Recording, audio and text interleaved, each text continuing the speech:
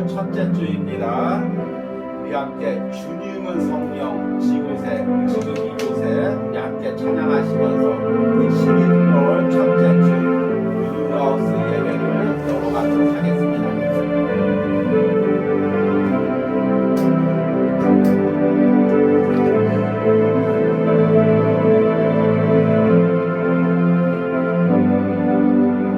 주님의 성령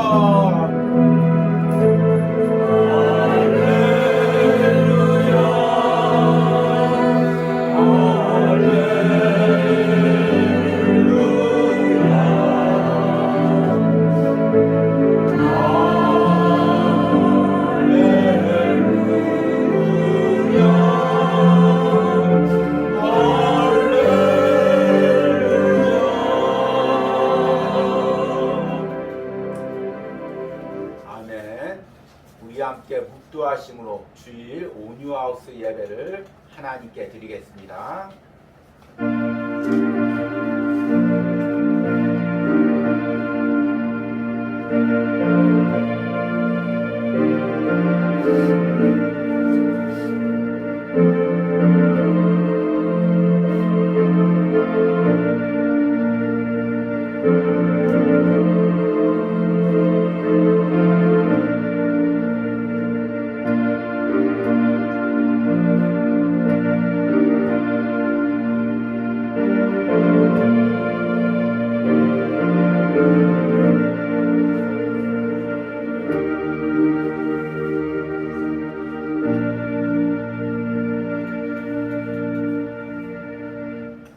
여호와께 감사하라.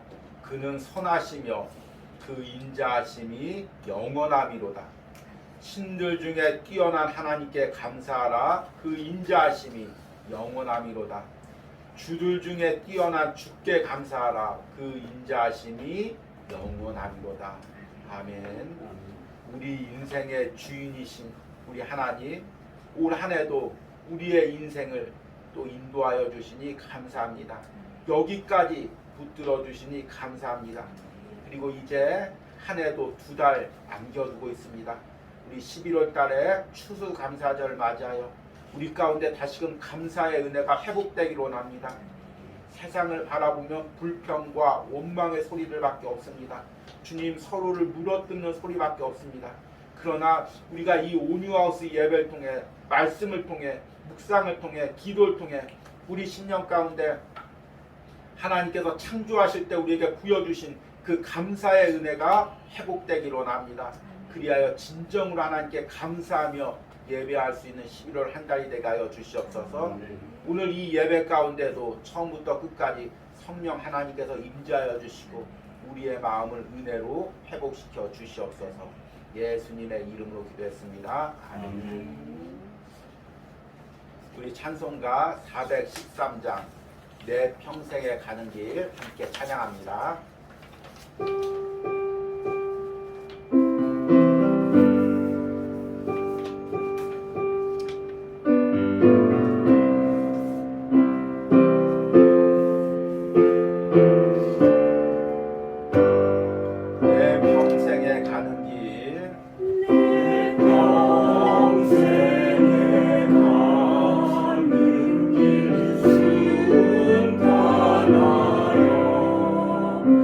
늘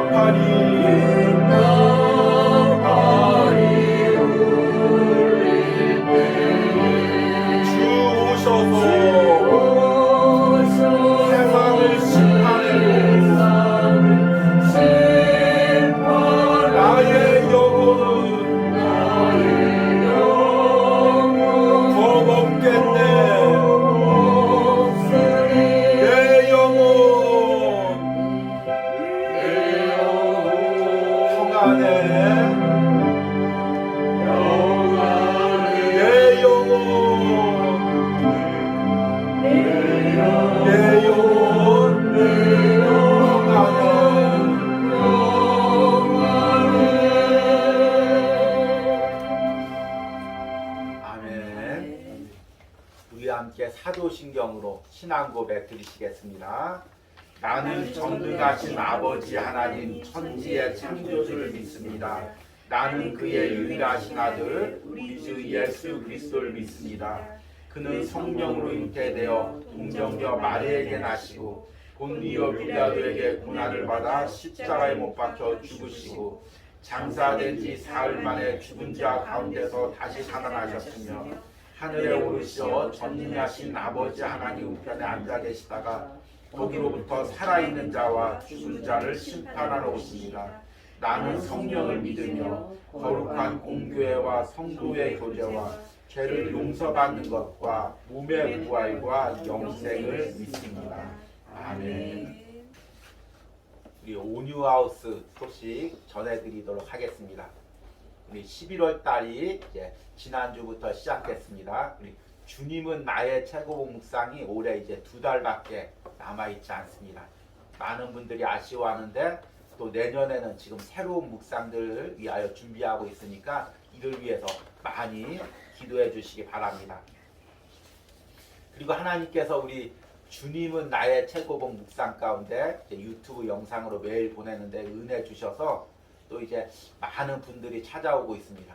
이번 주에 보니까 조회수가 1000회가 넘어서 이제 저도 깜짝 놀랐습니다. 그런데 이제 기쁘기도 하지만 또 한편으로는 오히려 이제 더 조심스럽습니다. 그동안은 이제 좀 우리가 아는 사람들을 통해서 이렇게 묵상하다가 좀 낯선 사람들이 많이 오면 또 이제 또 비판적인 분들이 때로는 비판적인 시각으로 볼 수가 있습니다. 그래서 더욱더 우리가 기도해 주시고 가장 기도해 줘야 될 것은 무엇이냐면 이 묵상을 전하는 제가 사람 바라보지 않고 사람들이 어떻게 반응하는지 그거에 신경 쓰지 않고 주님이 내가 여기서 어떤 말씀을 전하기를 기뻐하는지 그것에 온전히 초점을 맞추어서 전할 수 있도록 그 흔들리지 않는 마음을 달라고 기도하시기 바랍니다. 저는 하나님께서 이 온유하우스에서 은혜 주신 것이 바로 제가 가진 이 마음 때문이라고 생각합니다. 사람 바라보지 않고 환경 바라보지 않고 사람이 있나 없나 사람이 어떤 반응을 하나 거기에 신경 쓰지 않고 주님이 무슨 말씀을 전할 때 기뻐하느니까 거기에 초점을 맞춰서 전했을 때 주님께서 은혜 주셨다고 생각합니다. 이 마음이 변치 않도록 저를 위해서 계속 기도해 주시기 바랍니다. 그리고 11월 우리 셋째 주에는 추수감사절이 있습니다. 그래서 11월 셋째 주까지 11월 3번에 나누어서 감사에 대한 말씀을 전하려고 합니다. 그러니까 이 말씀을 듣고 우리 가운데 감사의 은혜가 회복되기로 합니다. 그리고 11월 마지막 주에는 11월 주님은 나의 최고봉과 관련되어서 복음에 반응하십시오라는 주제로 말씀을 전하려고 합니다. 11월 주님은 나의 최고봉 주제가 참 좋습니다. 말씀을 보니까 복음이 무엇인지 우리가 복음대로 사는 것이 무엇인지를 깊이 묵상하고 있어서 이 일을 통해서 다시 한번 우리가 복음을 잡으시는 은혜가 있으시길 바랍니다. 그러면 오늘 말씀을 전하도록 하겠습니다. 창세기 47장 7절에서 10절까지 제가 읽도록 하겠습니다.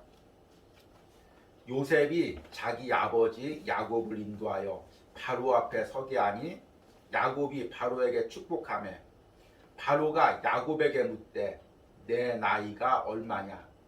야곱이 바로에게 아뢰되 내 나그네 길의 세월이 130년이니이다. 내 나이가 얼마 못되니 우리 조상의 나그네 길에 연주에 미치지 못하나 험악한 세월을 보내었나이다 하고 야곱이 바로에게 축복하고 그 앞에서 나오니라. 아멘.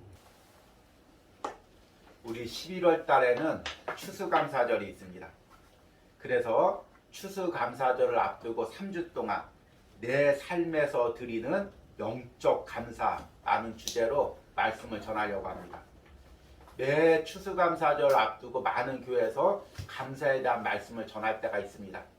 전하고 있습니다.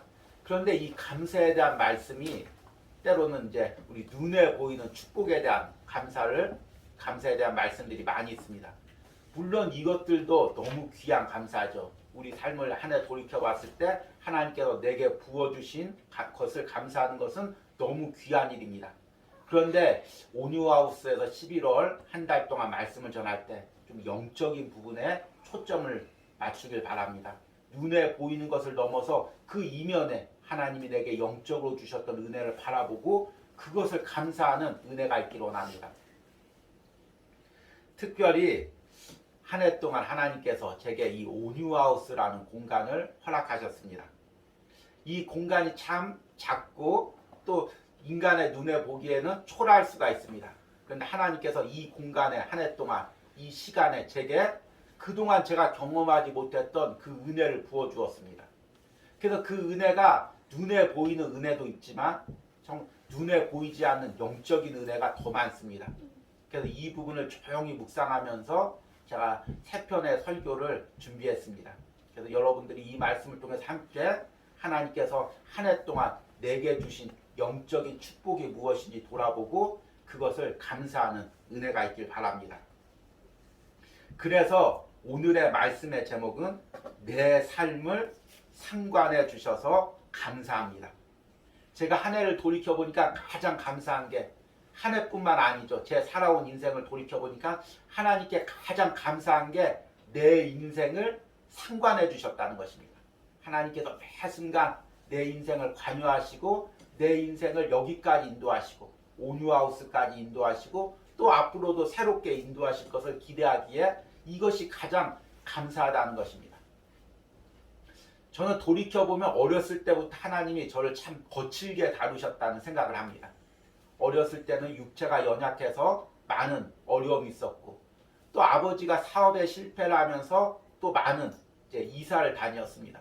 그래서 제 이제 주민등록증 그 초본을 띄워보면 초등학교 때 이사하는 것이 3-4번이 되는 것 같습니다. 그래서 아내가 한번 보고 깜짝 놀랐던 기억이 있습니다.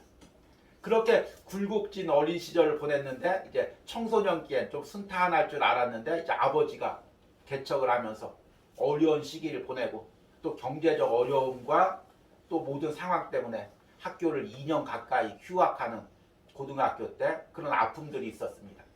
그런 아픔 가운데 고등학교 3학년 때 하나님께서 저를 만나주시고 주의 종으로 삼아주셨습니다. 그래서 큰 은혜를 받고 이제 주의 종이 되기로 결단했습니다. 그래서 제가 가지고 있는 용돈들 다 털어서 감사원금을 내고 그 주일날 하나님께 감사원금을 드렸습니다. 그런데 그 감사원금에 적었던 글이 지금도 기억납니다. 무엇이라고 저는 적었냐면 하나님 만사 형통하게 하여 주시옵소서. 고등학교 3학년 19살 나이죠. 그 나이 때 적은 감사기도 제목이 하나님 만사 형통하게 하여 주시옵소서. 지금 생각해보면 얼마나 황당합니까? 그런데 그 제 심정에는 그동안 그 19살 동안 살아온 삶이 너무나 굴곡져서 내가 주의 종으로 살기로 결단하지 않아서 이런 하나님 시험을 주고 어려움을 주셨나 보다. 이제 하나님 결단했으니까 만사 형통하게 하여 주시옵소서.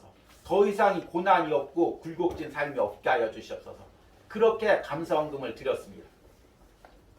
그런데 그 후에 주의 종이 되었을 때 하나님이 만사 형통하게 해주셨을까요? 물론 영적으로는 만사 형통했겠죠. 그런데 참 그 눈에 보이는 삶은 만사 형통한 삶이 아니라 또 많은 굴곡이 있었고 어려움이 있었습니다. 그래서 제가 항상 사모님에게 참 하나님이 거칠게 다루는 주의 종을 만나서 옆에서 같이 고생한다고 항상 제가 말로라도 이렇게 위로합니다. 말로만 그렇게 위로합니다. 그런데 지금 돌이켜보니까 이것이 모두 다 하나님의 은혜였습니다. 하나님께서 어렸을 때부터 날 순탄하게 했다면 제가 주의 종이 됐겠습니까? 주의 종이 되어서 또 순탄했다면 또 하나님께서 이런 은혜를 주셨습니까? 그래서 돌이켜보니까 이 감사의 고백밖에 나오지 않습니다. 주님, 내 인생을 상관해 주셔서 감사합니다. 매 순간 내 인생을 상관해 주셔서 감사합니다. 그래서 여기까지 나를 인도해 주신 것을 감사합니다. 이 고백이 나옵니다. 오늘 읽은 말씀 보니까 또 저와 비슷하게 인생의 고백을 아픔을 가진 사람이 나옵니다. 우리가 잘 아는 야곱이라는 사람입니다. 오늘 읽은 말씀은 야곱이 말년에 요셉을 통해서 애굽의 왕 바로를 만나는 장면이 나와 있습니다. 그 성경의 번역상으로 보면은 이 바로 왕이 높은 자리에서 야곱을 하대하는 것처럼 이렇게 번역되어 있지만, 또 우리나라 번역상 왕이라는 위치 때문에 이렇게 번역한 것이고, 성경 전체적인 흐름을 보면, 문맥을 보면 야곱이 지금 하나님의 종으로 축복자의 입장에서 이 바로 왕 앞에 선 것입니다. 그래서 7절 말씀 보니까 요셉이 자기 아버지 야곱을 인도하며 바로 앞에 서게 하니 야곱이 바로를 축복하며, 그리고 10절 말씀 보니까 야곱이 바로에게 축복하고 그 앞에서 나오니라. 그러니까 이 야곱이라는 건 한 족장, 작은 그것도 족장인데 당대 그 최대 애굽이라는 나라의 왕을 갖다가 축복을 하는 것입니다. 그건 야곱 개인이 축복하는 것이 아니라 하나님이 야곱에게 부여하신 신적인 권위로, 축복, 그 주의 종의 권위로 지금 애굽 왕을 축복하고 있는 것입니다. 그 과정에서 이제 바로가 묻습니다. 8절에 바로가 야곱에게 묻되 내 나이가 얼마냐. 그러자 9절에 야곱이 이렇게 대답합니다. 야곱이 바로에게 아뢰되 내 나그네 길의 세월이 130년이니라. 내 나이가 얼마 못되니 우리 조상의 나그네 길의 연주에 미치지 못하나 험악한 세월을 보내었나이다. 이 험악한 세월이 무슨 의미일까요? 지금 이제 바로왕이 묻습니다. 내 나이가 얼마냐? 그런데 이제 야곱이 내 나이가 130세입니다 고백합니다. 그 애굽의 입장에서는 130세를 산다는 건 대단한 입장입니다. 그러나 야곱의 입장에서는 자신의 조상들이 살아왔던 세월에 미치질 못했다는 것입니다. 아브라함은 175세를 살았고 자기 아버지 이삭은 180세를 살았습니다. 그런데 자기는 지금 135세가 되었는데 많이 노쇠해서 죽음을 앞두고 있습니다. 이렇게 된 이유가 자기가 험악한 세월을 살았기 때문이라고 이야기합니다. 이 험악한 세월이라는 의미가 무엇일까요? 히브리어의 나아라는 그 단어인데요. 나아라는 단어는 나쁘다라는 의미입니다. 좋다라는 의미의 반대말이죠. 그러니까 말 그대로 번역하면 내가 나쁜 세월, 힘든 세월, 아픈 세월을 살았습니다. 이런 의미인 것입니다. 그래서 쉬운 성경에 보니까 이렇게 번역되어 있습니다. 제 조상들보다 짧게 살았지만 고통스러운 삶이었습니다. 현대인의 성경에는 나그네처럼 살아온 세월이 130년이 되었습니다. 내 조상들의 나그네 생활에 비하면 내 나이가 얼마 되지 않지만 정말 고달픈 세월을 보내었습니다.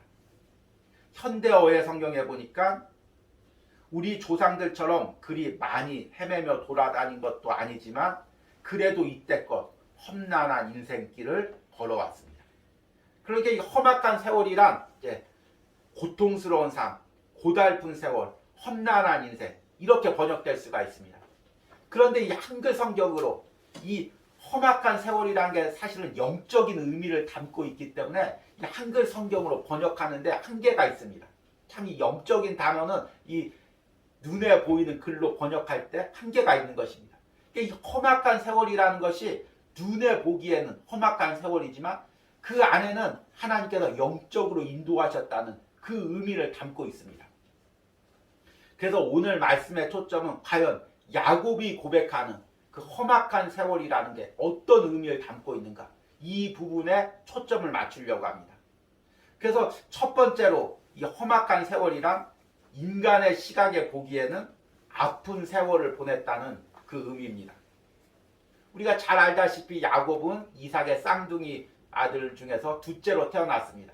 그래서 이삭이 항상 장자로서 존경을 받기에 그 장자권을 훔치기 위해서 팥죽으로 또는 아버지를 속이면서 장자권을 훔쳤습니다. 그 결과 어린 나이에 형한테 죽임을 당할까봐 가족을 떠나서 광야 생활을 했습니다. 광야를 지나갔죠. 그 어린 나이에 엄마 품을 떠나갔던 것입니다. 그리고 야곱이 다시금 이 가나안 땅에 도착했을 때는 어머니가 죽고 없었습니다. 그러니까 그 어린 나이에 엄마 품을 떠났다는 것, 그리고 어머니를 다시 이 세상에서 보지 못했다는 것, 이것이 그 어린 아이한테 얼마나 큰 아픔이겠습니까? 참 아이가 자랐을 때 그 부모님의 사랑을 받는 것이 너무 중요합니다. 그 부모님의 사랑을 받지 못하고 돌봄을 받지 못하고 자란 그 아이는 자라면서도 항상 그 마음 안에 공허함이 있습니다. 마치 먹을 것을 먹어도 배가 고픈 것처럼 사랑을 받아도 이게 배가 고픈 것입니다. 그래서 항상 사랑을 달라고 그렇게 이야기를 합니다. 야곱이 그런 어린 시절을 보냈던 거죠. 그리고 나서 이제 타향살이를 하는데 외삼촌 라반의 집에서 20년 동안 타향살이를 합니다.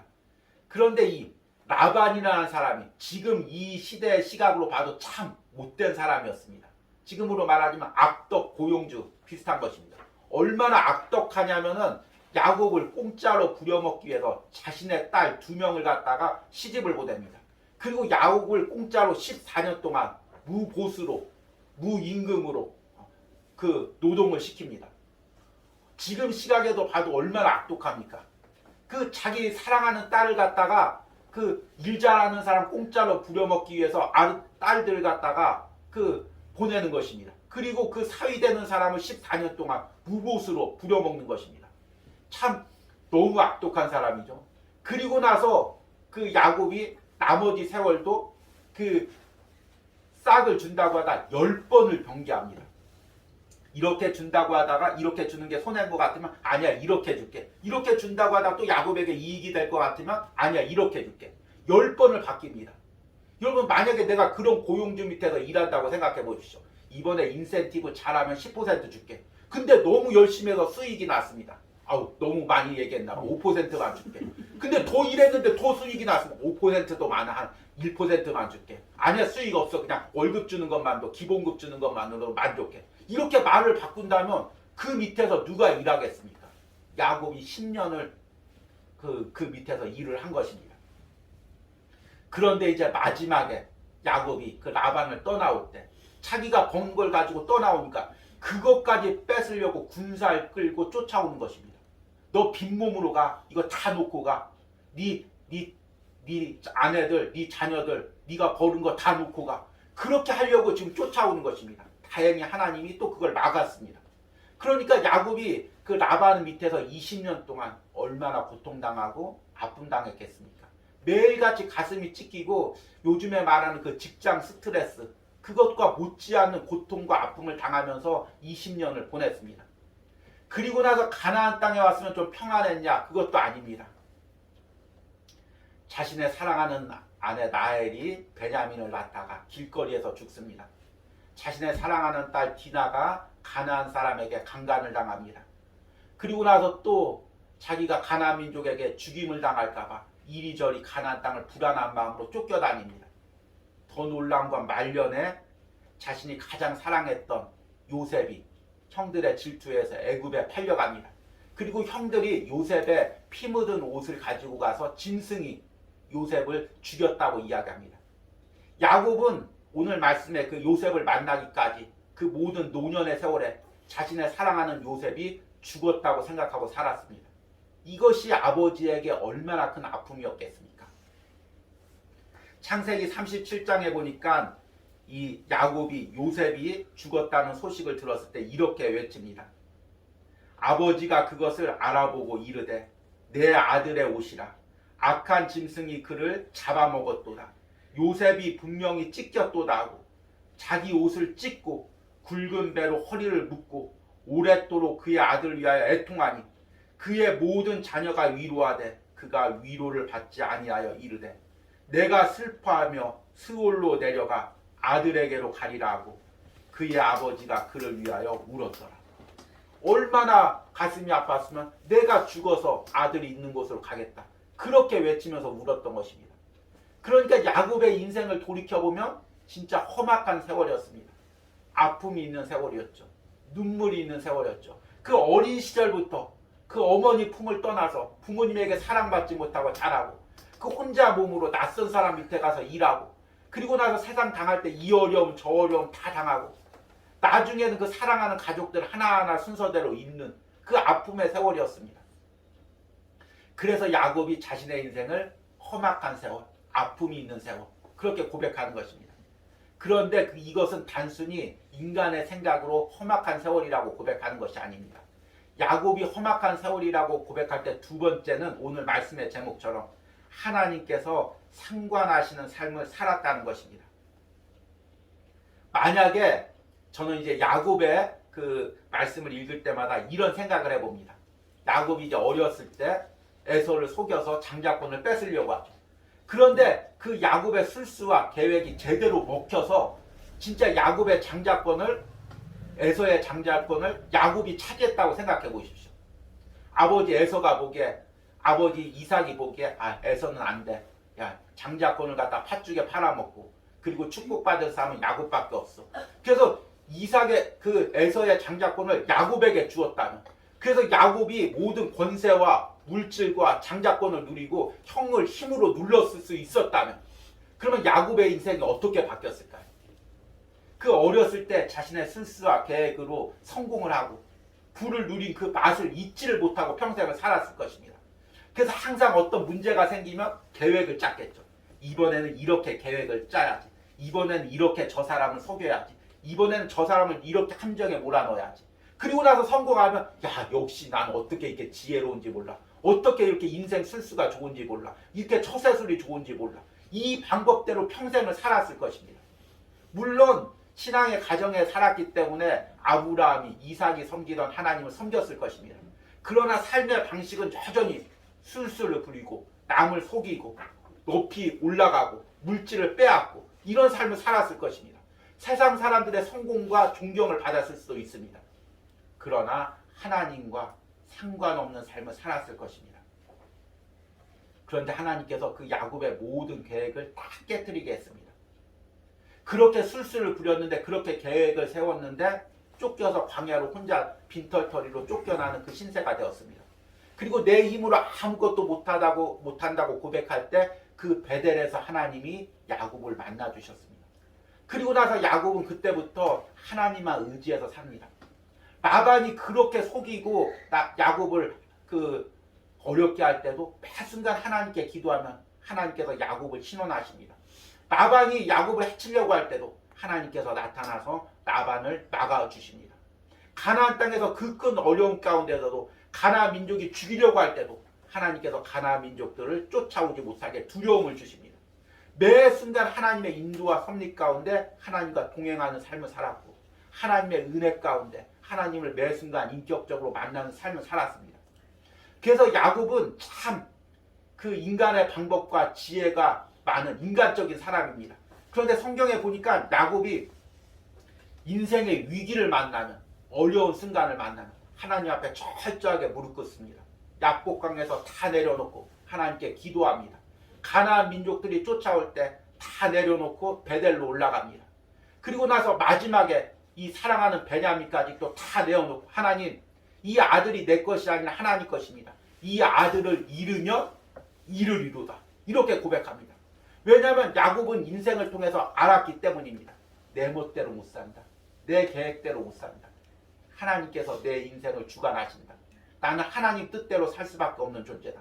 하나님이 내 인생을 상관하신다. 그 철저한 고백이 있어서 하나님과 함께 살았던 것입니다. 험악한 세월이란 이 의미는 인간적인 눈으로 보기엔 연약하지만 하나님이 내 인생을 상관해서 하나님과 함께 살았다는 그 의미를 포함하고 있는 것입니다. 참 저는 성경을 읽을 때 야곱이라는 인물을 좋아하는데 왜냐하면 저와 같기 때문입니다. 참 제가 이 계획적인 사람입니다. 처음에 우리 사모님이 저와 결혼할 때 깜짝 놀랐습니다. 왜냐하면 결혼을 딱 준비하면서 A4 몇 장으로 페이지를 주는데 거기에 결혼 리스트가 다 적혀져 있습니다.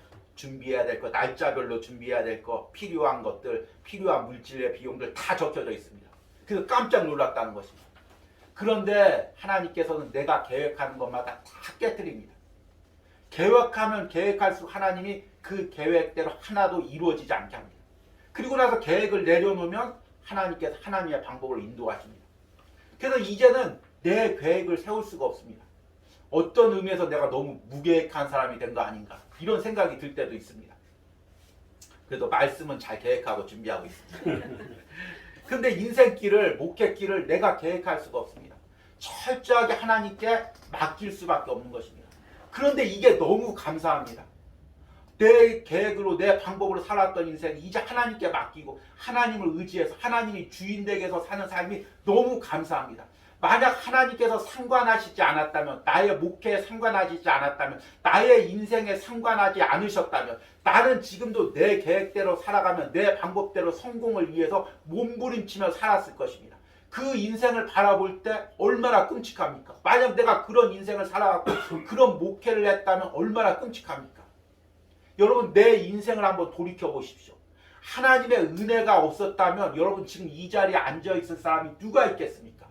하나님께서 매 순간 나를 상관하셔서 내 뜻대로 살지 못하게 하고 여기까지 인도하셔서 하나님께 무릎 꿇게 하신 것입니다. 그러니까 하나님께 감사할 수밖에 없는 것입니다.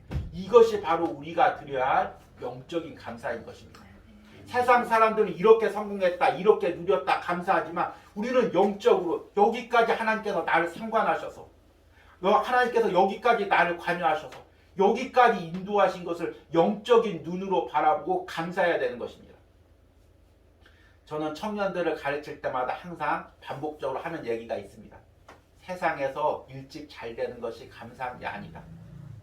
세상에서 일찍 감사하고 내가 계획한 대로 다 되면 누가 하나님 의지하고 살겠냐. 그것은 감사할 일이 아니라 오히려 경계해야 될 일이다. 하나님께서 때론 젊은 시절에 고난 주시고 어려움 주시고 하나님 더 붙들고 의지하고 하나님 없이는 살 수 없다고 내 마음 깊숙한 곳에서 고백하게 하는 것, 그것이 진정한 감사이다. 그것이 진정한 은혜이다. 이렇게 이야기합니다. 이것은 우리에게도 마찬가지입니다.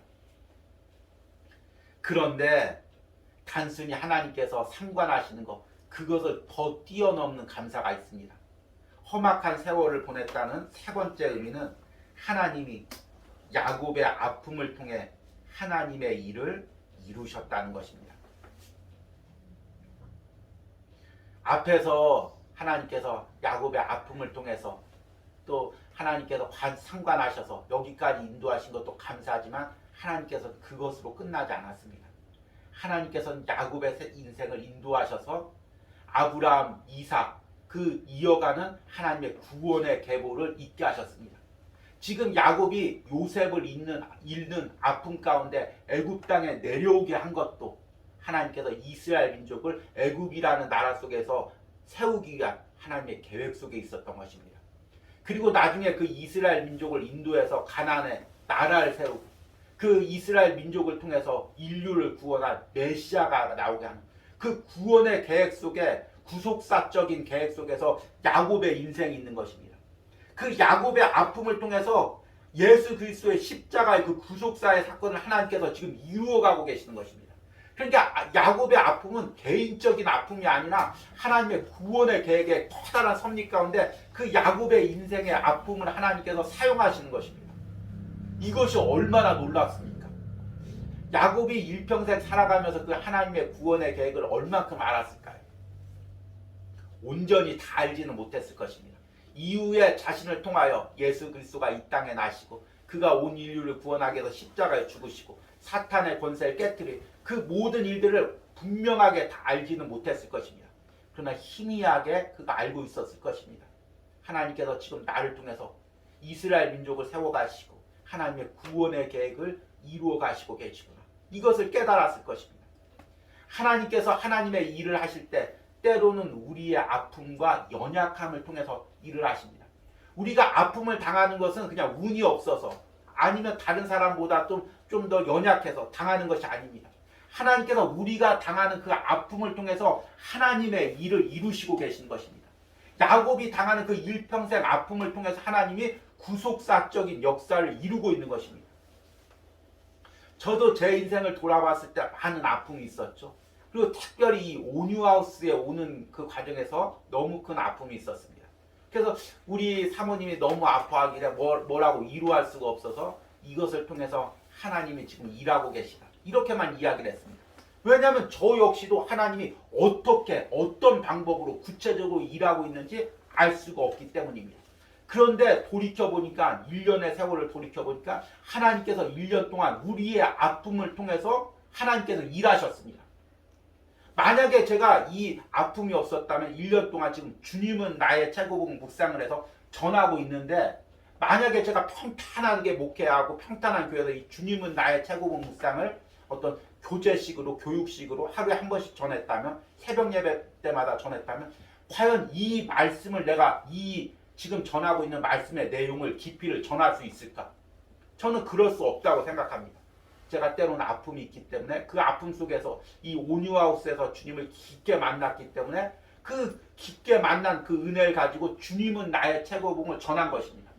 그래서 이 1년 동안 전한 주님은 나의 최고봉 묵상은 지적으로 전한 것이기도 하지만 때로는 내가 영적으로 주님을 만난 체험, 아픔 가운데 주님을 만난 체험을 전한 것입니다.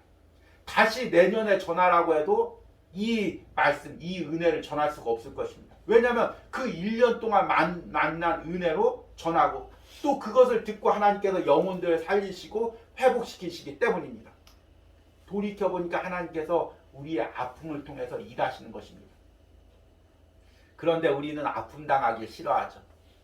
이 아픔을 주님 앞에 내어놔야 주님께서 그것을 통해서 일하시는데, 우리는 내가 상처받기 싫어서 아픔 당하기 싫어서 꽁꽁 나를 싸매고 주님으로 섭리로부터 주님의 손길로부터 외면합니다. 우리 11월 첫째 날 주님은 나의 최고봉 묵상의 제목이 나는 주님의 것이었습니다. 제목 자체가 참 은혜롭죠. 그런데 이 묵상에 바로 이런 내용이 나옵니다. 주님께서 내 삶을 사용하실 때, 내 아픔을 사용하실 때 그것을 외면하지 말라는 것입니다. 피하지 말라는 것입니다. 제가 한번 읽어드리겠습니다. 하나님께서 가장 먼저 우리에게 하시는 일은 우리가 예수님께 뿌리 내리도록 하는 것입니다. 이렇게 되면 주께서 주의 구속의 목적을 위해 일하시는 한 내게 어떤 일이 발생하더라도 참을 수 있게 됩니다. 왜 우리는 마음의 고통을 피하려고 합니까? 이러한 고통의 관문을 통해 하나님께서는 그분의 아들과의 친교의 길들을 열어놓으십니다. 대부분의 사람들은 첫 번째 고통의 관문에서 실패하고 쓰러집니다. 하나님의 목적을 향한 출발 지점에서 주저앉아 자기 연민으로 죽어갑니다. 또한 소위 성도들의 동정심은 우리의 영적인 죽음을 돕습니다. 그러나 하나님은 살리실 것입니다. 하나님께서는 그분의 아들의 못 박히신 손으로 우리를 붙들며 말씀하십니다. 일어나라, 빛을 발하라. 만일 하나님께서 고통받은 마음을 통해 주의 목적을 이 땅에 이루신다면 당신의 마음을 아프게 하신 하나님께 감사하십시오. 자, 마지막 구절을 다시 한번 읽어드리겠습니다. 만일 하나님께서 고통받은 마음을 통해 주의 목적을 이 땅에 이루신다면 당신의 마음을 아프게 하신 하나님께 감사하십시오. 참 제가 이 온유하우스에 오고 또 많이들 기도하시고 궁금해하시는 분들이 있어서 이 온유하우스에 와서 이렇게 리모델링하는 과정, 처음 예배가 세워져 있는 과정을 이제 영상으로 해서 유튜브에 올려놨습니다. 근데 그 영상을 보고 많은 분들이 연락이 왔습니다. 오래전에 알았던 성도님들, 또 친척분들, 또 멀리 있던 신앙생활하던 신앙의 동료들이 연락을 왔습니다. 그런데 대부분은 연락을 하면서 저와 아내에게 연락하면서 막 울먹거리는 것입니다. 목사님 이런 아픔이 있었습니까? 이렇게 힘드셨습니까? 저는 몰랐습니다. 이렇게 연락을 하는 것입니다. 그런데 그것들이 도움이 되기도 하지만 때로는 그렇게 상대방이 아파할 때 우리에게 연민을 느낄 때 우리가 영적으로 더 다운되는 것을 보게 됩니다. 그래서 한동안은 그 영상을 또 내렸었는데, 그런데 영적으로 봤을 때 이것이 때로는 슬퍼할 일이고 아파할 일이지만 하나님께 감사할 일이라는 것을 깨닫습니다. 하나님께서 지금 이 온유하우스라는 공간을 통해서 우리를 통해서 일하고 계시는 것입니다. 우리의 아픔을 통해서 일하고 계시는 것입니다. 이것을 우리가 영적으로 보고 감사할 수 있는 은혜가 있어야 됩니다. 야곱이 험악한 세월을 보냈다고 이야기하는 것은 자신의 인생을 한탄하는 것이 아닙니다.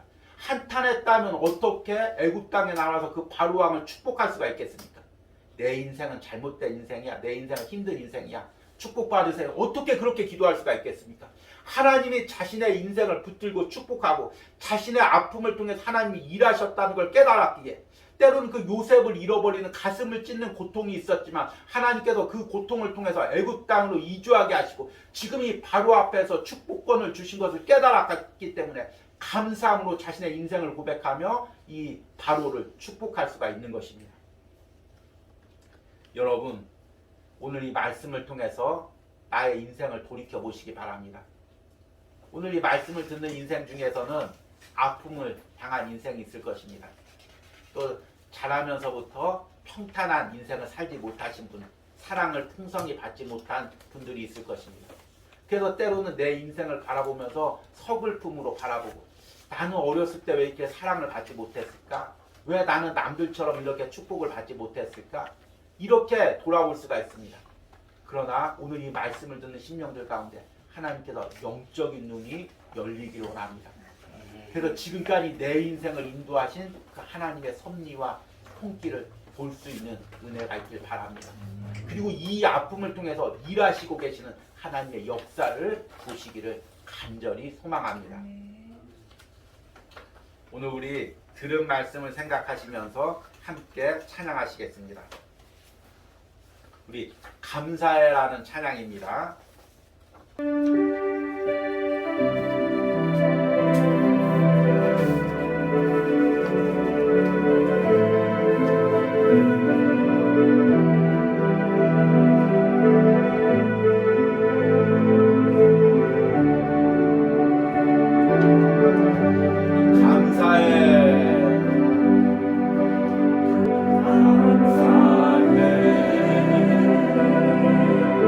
시험이 닥쳐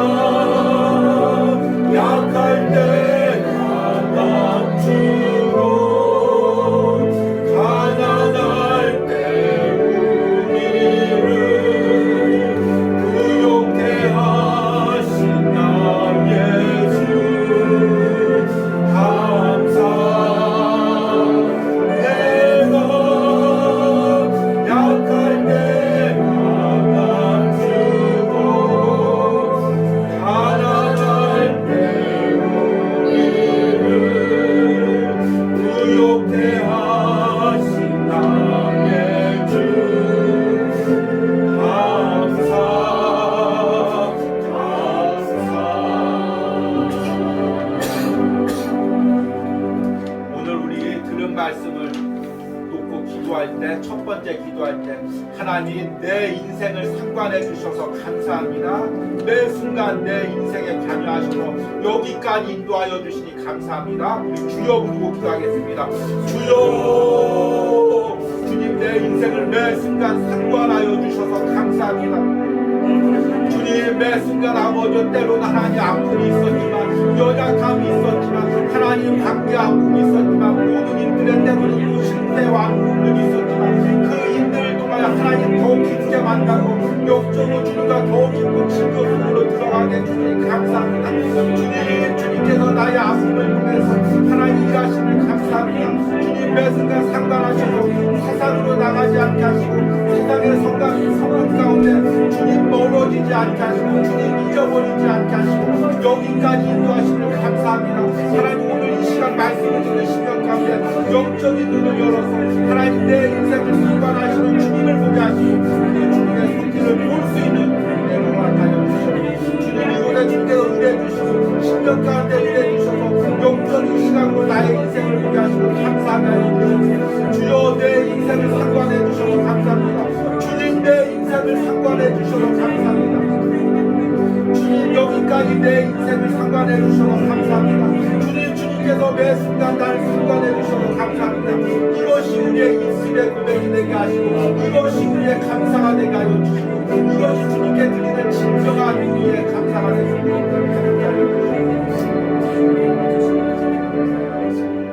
이 시간 두 번째 기도할 때 여러분들 믿음으로 선포하시길 바랍니다. 하나님께서 내 인생의 아픔을 통해서 당신의 일을 이루어가고 계십니다. 지금도 나의 연약함을 통해서 내가 당하는 아픔을 통해서 하나님의 역사를 일으키고 계십니다. 영혼을 살리시고 계십니다. 영혼을 회복시키고 계십니다. 교회를 세워가고 있습니다. 우리 주여 부르고 선포하며 기도합니다. 주여, 주님께서 나의 아픔을 통해서 나의 연약함을 통해서 주님의 일을 이루어가고 계십니다. 주님의 성물을 이루어가고 계십니다. 주님의 세례를 이루어가고 계십니다.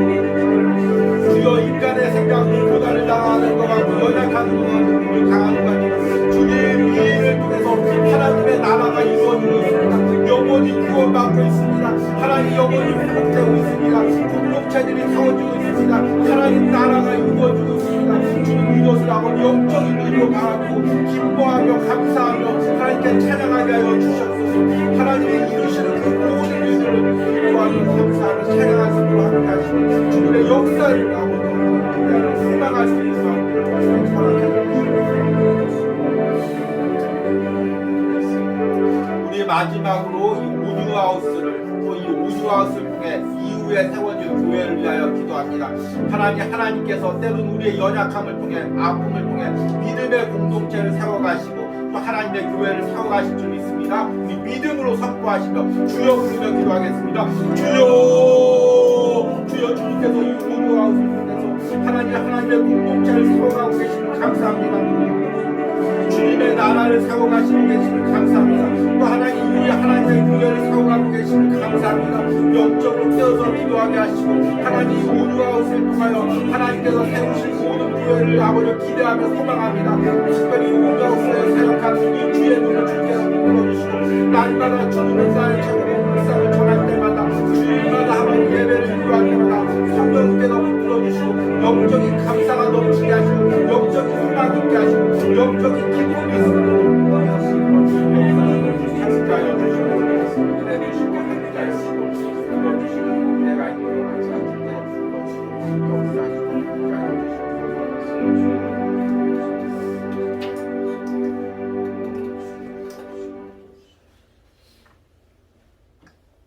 내 나그네 길의 세월이 130년이니이다. 내 나이가 얼마 못되니 우리 조상의 나그네 길의 연주에 미치지 못하나 험악한 세월을 보내었나이다. 하나님 오늘 이 야곱의 고백이 또 내 인생의 고백임을 아버지 고백합니다. 주님 때론 우리에게 험악한 세월이 있었지만 그 험악한 세월 동안 주님께서 상관하시고 그 험악한 세월을 통해서 나를 만들어 가시고 또 주님의 일을 지금까지 이루어 가셨음을 고백합니다. 나같이 연약한 존재가 주님 하나님의 손에 붙들리어 하나님의 도구로 사용되게 하시고 나를 통해서 하나님의 구속사적인 일을 이어가고 계심을 감사합니다. 하나님, 우리가 영적인 눈을 들어서 내 인생을 상관하시는 하나님의 손길을 보게 하시고 이것을 진정으로 감사할 수 있는 은혜를 허락하여 주시옵소서. 오늘 예배를 드리는 모든 신령 가운데 이것을 감사할 수 있는 은혜를 허락하여 주시옵소서. 이 시간은 한 주 동안 온유하우스를 통해서 또 오늘 주일 예배를 통해서 예물 드린 손길들 위하여 기도합니다. 주일 아버지 아침마다 온유하우스에 예물 드리며 기도하는 우리 목사님 항상 축복하시고 하나님께서 우리 목사님의 인생과 가정을 인도하셔서 하나님께서 귀히 사용하시는 은혜가 있기를 간절히 소망합니다. 새벽마다 온유하우스와 주의 종을 위하여 기도하는 우리 권사님 은혜 주시고 하나님께서 우리 권사님의 육신의 연약함을 통해서 하나님이 역사하시길 원합니다. 하나님의 역사를 보고 감사할 수 있는 우리 권사님 될 수 있도록 축복하여 주시옵소서. 하나님 또 매달 또 물질을 드리는 우리 권사님 있습니다. 하나님 특별히 축복하시고 자녀의 가정에 축복하시고 특별히 하나님 우리 딸이 이룬 가정 가운데 하나님께서 은혜 주시되 또 그 딸 가정 가운데 하나님 또 귀한 은혜의 손길을 허락하여 주시고 또 그 사랑하는 딸이 아픔이 있었다면 그 아픔을 통해서 주님 더 깊게 만날 수 있는 은혜를 허락하여 주시옵소서. 하나님 또 계속 주님은 나의 최고봉을 묵상하고 듣는 우리 권사님 또 하나님 은혜 가운데 감동해서 또 하나님께 예물을 보내왔습니다. 우리 권사님 축복하시고 사랑하는 두 딸의 가정 하나님께서 붙들어 주시고 함께하여 주시기를 간절히 소망합니다. 하나님 노년에 주님을 섬길 때 건강 책임져 주시고 더 큰 은혜로 허락하여 주시옵소서. 하나님 또 특별히 우리 예물 드린 우리 장로님 가정 축복하시고 하나님 오늘 말씀처럼 그동안 험난한 세월 가운데 하나님 주의 일을 했을 때 그 모든 세월을 통해서 하나님이 받으신 줄 믿습니다. 하나님의 역사가 이루어지신 줄 믿습니다. 하나님 믿음으로 고백하게 하여 주시옵소서. 또 예물 드린 손길 하나님께서 기억하게 하시고 항상 하나님 온유하우스를 섬길 때마다 복 주시고 은혜 주시고 함께하여 주시옵소서. 이제는 나를 택하시고 하나님의 자녀로 삼으신 성부 하나님의 사랑과 십자가에서 피 흘리심으로 날마다 내 안에서 사시는 성자 예수님의 은혜와 오늘도 내 안에서 인생의 아픔과 연약함을 통해 하나님의 일을 이루어 가시는 성령 하나님의 역사심이 오늘 온유하우스에서 예배하는 모든 심령 가운데 영상을 통해서 예배하는 모든 심령과 가정 가운데 이제부터 영원까지 함께 있을지어다. 아멘.